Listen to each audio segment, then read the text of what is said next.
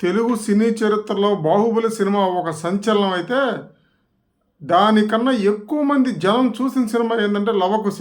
ఎన్టీఆర్ గారి 'లవకుశ' సినిమా తెలుగు సినీ చరిత్రలో అది సృష్టించిన రికార్డులు గానీ, సంచలనం గానీ ఏది సృష్టించలా. కానీ ఆ సినిమాకు ఒక చిన్న హిస్టరీ ఉంది. ఆ సినిమా డైరెక్టర్ సి. పుల్లయ్య గారు మధ్యలో చనిపోయారు. చనిపోతే ఆ సినిమాని డైరెక్టర్లు ఎవరు వచ్చి ఇంకా మిగతా వాళ్ళు ఎవరు డైరెక్ట్ చేయరా. ఆ చేయని పరిస్థితుల్లో ఆ సినిమా 5 ఇయర్స్ ఆగిపోయింది. 5 ఇయర్స్ ఆగిపోయింది షూటింగ్, సినిమా సగం అయిపోయిన తర్వాత. ఆ పరిస్థితుల్లో ఎవరు చేయకపోయేసరికి సి. పుల్లయ్య గారి కొడుకు సిఎస్ రావు గారు వచ్చిన తర్వాత ఆయన ట్యాకిల్ చేస్తే, ఈ లవకుశలుగా వేసిన పిల్లలు 5 సంవత్సరాల వయసు పెద్దదైపోయిన పిల్లలు మనం గమనించం.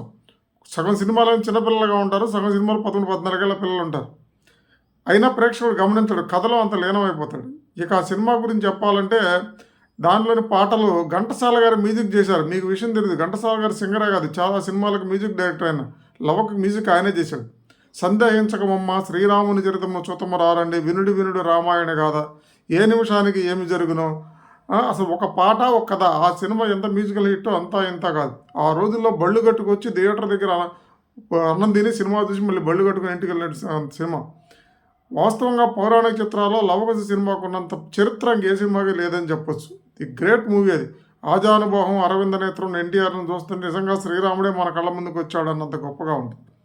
నిజంగా ఆ సినిమా ఆ రోజు తెలుగు ప్రేక్షకులకి ఒక అద్భుతమైన అనుభవం అని చెప్పొచ్చు. ఎప్పుడైనా వీలైతే ఎప్పటికైనా మీరు లవకుశ సినిమా చూడండి. బహుశా అది ఇచ్చే ఆనందం హిందువులకి అద్భుతమైన ఆనందాన్ని ఇచ్చిద్దని మాత్రం నేను చెప్పగలను.